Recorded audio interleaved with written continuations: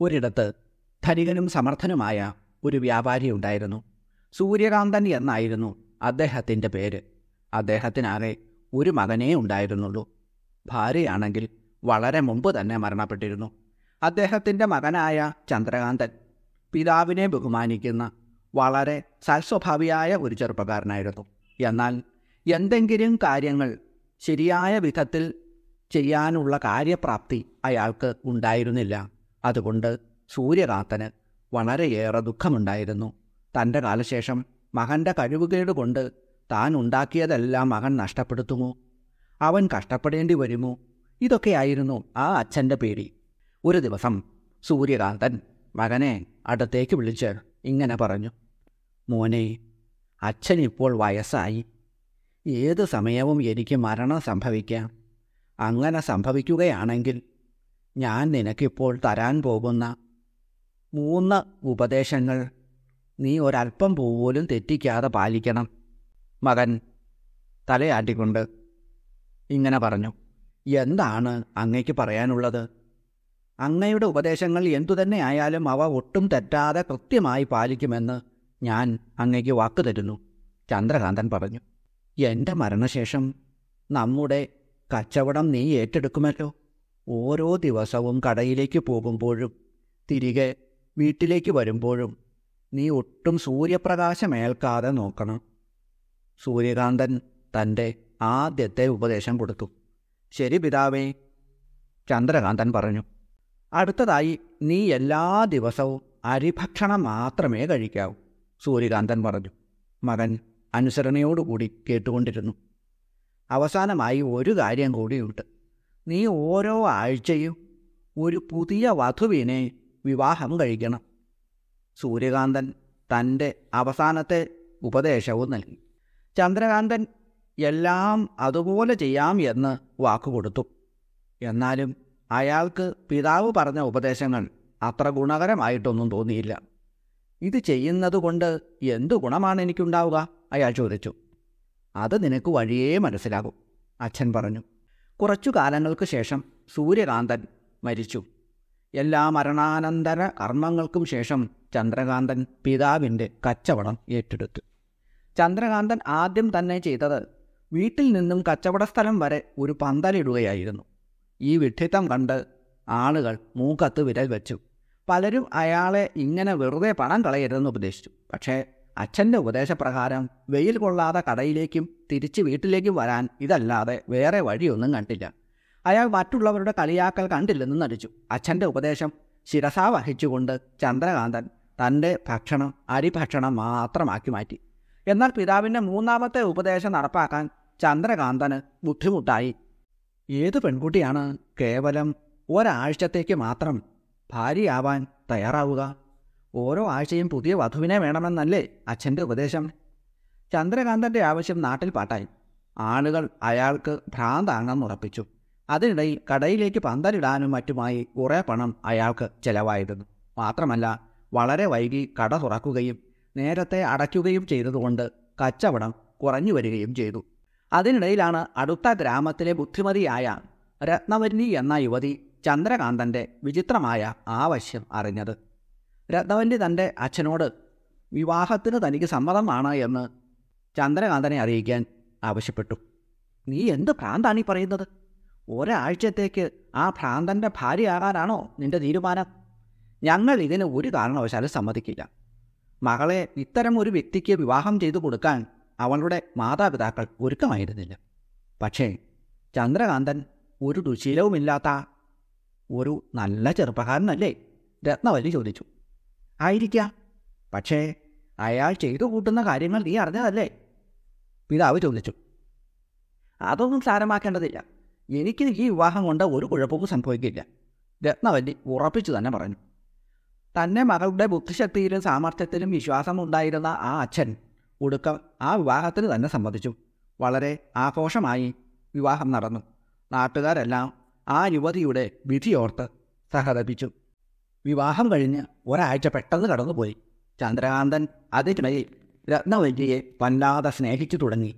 എങ്ങനെയാണ് അവളെ പിരിഞ്ഞ് വേറെ ഒരു പെണ്ണിനെ വിവാഹം ചെയ്യുക എന്ന് അയാൾക്ക് ആലോചിക്കാൻ പോലും പറ്റില്ലായിരുന്നു. വളരെ വിഷമത്തോടെ ചിന്തിച്ചിരിക്കുന്ന അയാളുടെ അടുത്ത് ചെന്ന് രത്നവല്ലി കാര്യം തിരക്കി. അവൻ പറഞ്ഞു, നിന്നെ പിരിയുന്ന കാര്യം എനിക്ക് ആലോചിക്കാൻ പോലും പറ്റില്ല. എന്നാൽ എൻ്റെ പിതാവിനെ അനുസരിക്കാതിരിക്കാനും എനിക്കാകില്ല. സങ്കടത്തോടെ അയാൾ പറഞ്ഞു, നിങ്ങൾ എന്തൊരു വിഡ്ഢിയാണ്. ആര് പറഞ്ഞു നിങ്ങളോട് അച്ഛൻ ഇതാണ് ചെയ്യാൻ ഉപദേശിച്ചത് എന്ന്? ഇത്രയും ബുദ്ധിമാനായ ഒരു മനുഷ്യൻ്റെ മകനായിട്ട് നിങ്ങൾക്ക് അത് മനസ്സിലായില്ലേ? നിങ്ങളെ ഇതുപോലെ കഷ്ടപ്പെടുത്താൻ അദ്ദേഹം ആഗ്രഹിക്കുമോ? രത്നവല്ലി ചോദിച്ചു. പക്ഷേ അച്ഛൻ എന്നോട് പറഞ്ഞ ഉപദേശങ്ങൾ അപ്രകാരമാണ്. ചന്ദ്രകാന്തൻ രത്നവല്ലിയോട് അച്ഛൻ്റെ 3 ഉപദേശങ്ങൾ പറഞ്ഞു കൊടുത്തു. ഒരു ചിരിയോടുകൂടി രത്നവല്ലി ഇങ്ങനെ പറഞ്ഞു, കഷ്ടം, നിങ്ങളുടെ അച്ഛൻ നിങ്ങളോട് കടയിൽ പോകുമ്പോഴും വരുമ്പോഴും സൂര്യപ്രകാശം ഏൽക്കരുത് എന്ന് പറഞ്ഞത് നിങ്ങൾ വെയിൽ കൊണ്ട് കറുത്തുപോകും എന്നു കരുതിയല്ല. പകരം നിങ്ങൾ അതിരാവിലെ കടയിൽ പോകാനും വൈകിട്ട് മാത്രം തിരികെ വരാൻ ഉദ്ദേശിച്ചാണ്. അങ്ങനെയാണെങ്കിൽ അരിഭക്ഷണം മാത്രമേ കഴിക്കാവൂ എന്ന് പറഞ്ഞതോ? വളരെ അത്ഭുതത്തോടു കൂടിയാണ് ചന്ദ്രകാന്തൻ ഇത് ചോദിച്ചത്. രത്നവല്ലി പറഞ്ഞു, അതും അദ്ദേഹം അറിഞ്ഞു തന്ന ഉപദേശമാണ്. അരിഭക്ഷണം കഴിക്കണം എന്നതുകൊണ്ട് നല്ല ഭക്ഷണം കഴിക്കണം, ഭക്ഷണക്കാര്യത്തിൽ പിശുക്ക് കാണിക്കരുത് എന്നാണ് അദ്ദേഹം പറഞ്ഞത്. അല്ലാതെ മറ്റുള്ള ഭക്ഷണമൊന്നും കഴിക്കാതെ ആരോഗ്യം നശിപ്പിക്കാനല്ല, രത്നവല്ലി വിശദമാക്കി. പക്ഷേ ആഴ്ചതോറും പുതിയ വിവാഹം കഴിക്കണമെന്ന് പറഞ്ഞതോ? അതെന്തൊരു ബുദ്ധിയാണ്? ചന്ദ്രകാന്തൻ ചോദിച്ചു. ആ 3ാമത്തെ ഉപദേശം കൊണ്ട് നിങ്ങൾ ഭാര്യയെ നന്നായി സ്നേഹിക്കണം എന്നാണ് അദ്ദേഹം ഉദ്ദേശിച്ചത്. നിങ്ങൾ എപ്പോഴും അവളെ സ്നേഹിക്കുകയും പരിചരിക്കുകയും ചെയ്താൽ ഓരോ ആഴ്ചയും അവൾ നിങ്ങൾക്ക് ഒരു പുതിയ വധുവിനെ പോലെ സ്നേഹം നൽകുന്നവളായിരിക്കും എന്നാണ് അദ്ദേഹം മനസ്സിലാക്കി തരാൻ ശ്രമിച്ചത്, രത്നവല്ലി വ്യക്തമാക്കി. ഇത് കേട്ടപ്പോഴാണ് തൻ്റെ അച്ഛൻ്റെ ബുദ്ധിപരമായ വാക്കുകൾ താൻ എത്ര തെറ്റായിട്ടാണ് മനസ്സിലാക്കിയത് എന്ന് അയാൾ തിരിച്ചറിഞ്ഞത്. അതോടൊപ്പം തന്നെ തനിക്കെത്ര ബുദ്ധിമതിയായ ഒരു ഭാര്യയാണല്ലോ കിട്ടിയത് എന്ന് അയാൾ അഭിമാനിച്ചു. അച്ഛൻ്റെ ഉപദേശം ശരിയായ വിധത്തിൽ ഉൾക്കൊണ്ട് ചന്ദ്രകാന്തൻ താൻ നിർമ്മിച്ച പന്തലെല്ലാം പൊളിച്ചു മാറ്റി. പിന്നീട് അയാൾ വളരെ മിടുക്കനായ ഒരു വ്യാപാരിയായി മാറി.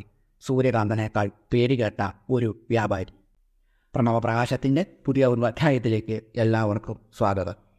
കൃഷ്ണേന സംസ്തുതേ ദേവി ശശ്വൽ ഭക്ത്യാ തഥാംബികേ രൂപം ദേഹി ജയം ദേഹി യശോ ദേഹി ദുഷോ ജഹി. ശ്രീകൃഷ്ണനാൽ വീണ്ടും വീണ്ടും ഭക്തിയോടുകൂടി സ്തുതിക്കപ്പെട്ട അമ്മേ, അവിടുന്ന് എനിക്ക് രൂപത്തെയും ജയത്തെയും നൽകിയാലും ശത്രുക്കളെ നശിപ്പിച്ചാലും. ശ്രീ മഹാദേവി ഭാഗവതത്തിൽ ശ്രീ മഹാദേവിയെ ശ്രീ മഹാവിഷ്ണുദേവൻ അദ്ദേഹത്തിൻ്റെ സമ്പൂർണ്ണ അവതാരമായ ശ്രീകൃഷ്ണ ഭഗവാൻ സ്തുതിക്കുന്നത് വിവരിച്ചിട്ടുണ്ട്. ആദിപരാശക്തിയായ മഹാദേവിയുടെ അംശം തന്നെയാണ് ശ്രീ മഹാവിഷ്ണു. ആ വിഷ്ണുവിൻ്റെ ചൈതന്യം മനുഷ്യ ശരീരത്തിലെ സുഷുമ്നാ നാഡിയിൽ സ്ഥിതി ചെയ്യുന്ന 6 ആധാരചക്രങ്ങളിൽ ഒന്നായ മണിപൂര ചക്രത്തിന് തൊട്ടുമുകളിലായി വിഷ്ണുഗ്രന്ഥിയായി വൈഷ്ണവ ചൈതന്യമായി അമ്മ സ്ഥിതി ചെയ്യുന്നു. മണിപൂര ചക്രത്തിൽ അമ്മ വിഷ്ണുഗ്രന്ഥിയായി സ്ഥിതി ചെയ്യുന്നതുകൊണ്ട് വിഷ്ണുഗ്രന്ഥി എന്ന പേര്. വിഷ്ണുഗ്രന്ഥിയെ ഭേദിച്ചുകൊണ്ട് പിളർന്നുകൊണ്ടാണ് കുണ്ഡലിനി ശക്തി കടന്നുപോകുന്നത്. അതുകൊണ്ട് വിഷ്ണുഗ്രന്ഥിയെ പിളർക്കുന്നവൾ എന്ന അർത്ഥത്തിൽ വിഷ്ണുഗ്രന്ഥി വിഭേദിനി എന്ന നാമം അമ്മയ്ക്ക് 102ാമത്തെ ലളിതാ സഹസ്രനാമത്തിലെ മന്ത്രമായി വാഗ്ദേവതകൾ നൽകിയിരിക്കുന്നു. ഇതിനു മുമ്പുള്ള അധ്യായത്തിൽ ബ്രഹ്മഗ്രന്ഥിയെ ഭേദിച്ചുകൊണ്ട് മണിപൂര ചക്രത്തിൽ കുടികൊള്ളുന്ന ദേവീ ചൈതന്യമായ കുണ്ഡലിനി ശക്തിയെക്കുറിച്ച് വിവരിച്ചിരുന്നു. അതിനുശേഷം ഈ നാമത്തിൽ വിഷ്ണുഗ്രന്ഥി വിഭേദിനിയായ അമ്മയെയാണ് നമുക്ക് കാണിച്ചു തരുന്നത്. വൈഷ്ണവമായ സ്ഥിതി എന്ന വാസനയെ മുറിച്ച് മുകളിലേക്ക് ഉയരുന്നവൻ എന്ന അർത്ഥമാണ് ഇതിന് വരുന്നത്. ഇതിനെ സൂര്യഖണ്ഡം എന്ന് പറയുന്നു. ഓം വിഷ്ണുഗ്രന്ഥി വിഭേദിന്യൈ നമഃ. ഓം ഓം ഹ്രീം വിഷ്ണുഗ്രന്ഥി വിഭേദിന്യൈ നമഃ. അതിവിശിഷ്ടമായ ഈ മന്ത്രം ആരംഭത്തിൽ പറഞ്ഞ അർഗളസ്തോത്രത്തിലെ മന്ത്രം കൂടി ചേർത്തുകൊണ്ട് ജപിക്കുക. ഭഗവാൻ വിഷ്ണുദേവൻ്റെ സുദർശന ചക്രം എപ്രകാരമാണോ അസുരന്മാരെയൊക്കെ ദഹിപ്പിച്ചു കളയുന്നത്, അതുപോലെ ശത്രുദോഷത്തെയും നമുക്ക് നേരെ വരുന്ന എല്ലാ തിന്മകളെയും ഈ മന്ത്രം നശിപ്പിച്ചു കളയുന്നു. പൂർവാധികം ഉന്മേഷത്തോടുകൂടി ശക്തിയോടുകൂടി ദിനം പ്രതി പോസിറ്റീവ് ഊർജത്തിൻ്റെ ഒരു മഹാപ്രവാഹം തന്നെ ഇത് ജപിക്കുന്ന ഭക്തൻ്റെ വീട്ടിൽ വർദ്ധിച്ചു വരുന്നത് അനുഭവിച്ചറിയാൻ സാധ്യമാകും എന്ന കാര്യത്തിൽ സംശയം വേണ്ട. ഭൂമധ്യത്തിലായി 2 ദളങ്ങളുള്ള പത്മമാണ് ആജ്ഞാചക്രം. അതിൻ്റെ നടുക്കായിട്ടാണ് പരമഗുരുവായ രുദ്രരൂപിണിയായി ജഗതീശ്വരി സ്ഥിതി ചെയ്യുന്നത്. അതുകൊണ്ട് ആജ്ഞാചക്രത്തിൻ്റെ മധ്യത്തിൽ സ്ഥിതി ചെയ്യുന്നവൾ എന്ന അർത്ഥത്തിൽ അമ്മയെ ആജ്ഞാചക്രാന്തരാളസ്ഥ എന്ന ലളിതാ സഹസ്രനാമത്തിലെ 103 മന്ത്രമായി വശിന്യാദി വാഗ്ദേവതകൾ സ്തുതിക്കുന്നു.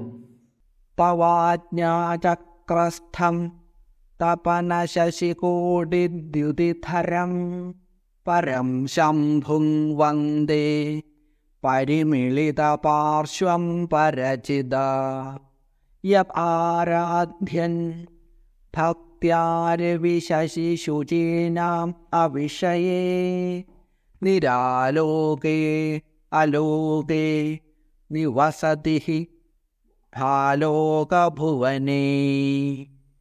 അല്ലയോ അമ്മേ ദേവി, അവിടുത്തെ ആജ്ഞാചക്രത്തിൽ ഇരിക്കുന്നവന്, കോടി സൂര്യചന്ദ്രന്മാരുടെ പ്രഭയുള്ളവന്, പരയായ ചിച്ഛക്തിയോടുകൂടിയവനുമായ പരമശിവനെ ഞാൻ വന്ദിക്കുന്നു.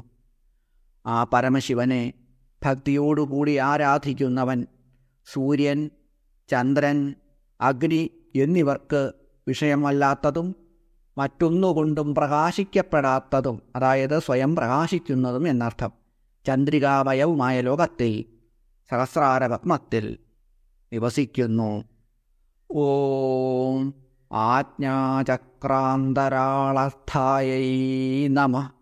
ഓം ഓം ഹ്രീം ആജ്ഞാചക്രാന്തരാളസ്ഥായൈ നമഃ. ശാരീരികവും മാനസികവുമായിട്ട് ഉണ്ടാകുന്ന പ്രയാസങ്ങളെ പൂർണ്ണമായിട്ടും ഇല്ലാതാക്കാൻ കഴിയുന്ന ശക്തിയേറിയ ഒരു മന്ത്രമാണിത്. മാനസികമായി എന്തെങ്കിലും പ്രയാസമുണ്ടാകുന്ന സമയത്തൊക്കെ ഈ മന്ത്രവും ജപിക്കാവുന്നതാണ്. ലളിതാ സഹസ്രനാമത്തിലെ 104 നാമമന്ത്രമാണ് രുദ്രഗ്രന്ഥി വിഭേദിനി എന്നത്. രുദ്രഗ്രന്ഥിയെ പിളർക്കുന്നവൾ എന്നാണ് ഈ നാമമന്ത്രത്തിൻ്റെ അർത്ഥം. സംസാരവാസനയെ നശിപ്പിക്കുന്നവൾ എന്നും ഈ നാമത്തിന് അർത്ഥമുണ്ട്. രുദ്രഗ്രന്ഥി അനാഹത ചക്രവുമായിട്ടാണ് ബന്ധപ്പെട്ടിരിക്കുന്നത്. കുണ്ഡലിനി ശക്തി ഇതിനെ പിളർന്നുകൊണ്ട് ആജ്ഞാചക്രം, സഹസ്രാരപത്മം എന്നിവയിൽ എത്തുന്നു. ദത്താത്രേയ സംഹിതയിൽ ഇപ്രകാരം വിവരിക്കുന്നുണ്ട്. മൂലാധാരാദികം ചക്രശക്തം കുലമിതി സ്മൃതം ഗ്രന്ഥിത്രയം തത്ര ദേവീ ചക്രത്രിതയഗർഭിതം പൃഥ്വ്യാപ്യചക്രദ്വിതയം ബ്രഹ്മഗ്രന്ഥിപദോദിതം വഹ്നിസൂര്യമയം ചക്രദ്വയം തേജോമയം മഹൽ വിഷ്ണുഗ്രന്ഥിപദേനോക്തം തൈജസം സർവസിദ്ധിദം വായുവാകാശദ്വയീരൂപം ചക്രദ്വിതയമുത്തമം രുദ്രഗ്രന്ഥിപദേനോക്തം മംഗളായതനം മഹൽ. മൂലാധാരം മുതലായ 6 ചക്രങ്ങളെ കുലം എന്ന് പറയുന്നു. ചക്രങ്ങൾക്കിടയിൽ 3 ഗ്രന്ഥികൾ ഉണ്ട്. 3 ദേവീചക്രങ്ങൾ ഉൾപ്പെട്ടതാണ് അവ. ഭൂമിതത്വം, ജലതത്വം ഇവയായുള്ള 2 ചക്രങ്ങൾ ബ്രഹ്മഗ്രന്ഥിയാണ്. അഗ്നി, സൂര്യൻ എന്നീ തത്വങ്ങളെ പ്രതിനിധാനം ചെയ്യുന്ന 2 ചക്രങ്ങൾ വിഷ്ണുഗ്രന്ഥിയും വായു, ആകാശമയങ്ങൾ ആയിട്ടുള്ള 2 ചക്രങ്ങൾ രുദ്രഗ്രന്ഥിയുമാകുന്നു. അതാണ് വളരെയധികം ഗുണം നൽകുന്ന സ്ഥാനം. രുദ്രഗ്രന്ഥിയെ ഭേദിച്ചാൽ കുണ്ഡലിനി ശക്തി സഹസ്രാരപത്മത്തിൽ എത്തിച്ചേരും. ഓം രുദ്രഗ്രന്ഥി വിഭേദിന്യൈ നമഃ. ഓം ഓം ഹ്രീം രുദ്രഗ്രന്ഥി വിഭേദിന്യൈ നമഃ. മഹാദേവൻ്റെയും മഹാദേവിയുടെയും അനുഗ്രഹം നൽകുന്ന അതിവിശിഷ്ടമായ ഒരു മന്ത്രമാണ് ഇത്. തിങ്കളാഴ്ച ദിവസം ഈ മന്ത്രം പ്രഭാതങ്ങളിൽ ജപിക്കുന്നവർക്ക് കാര്യസിദ്ധിയുണ്ടാവും, ശത്രുദോഷം മാറിക്കിട്ടും. ആദിപരാശക്തിയായ മഹാദേവി എല്ലാവരെയും അനുഗ്രഹിക്കട്ടെ എന്ന് പ്രാർത്ഥിച്ചുകൊണ്ട് ആ തൃപ്പാദ പത്മങ്ങളിൽ സാഷ്ടാംഗ പ്രണാമങ്ങളോടുകൂടി നമസ്കരിച്ചുകൊണ്ട് നിർത്തുന്നു. നന്ദി, നമസ്കാരം.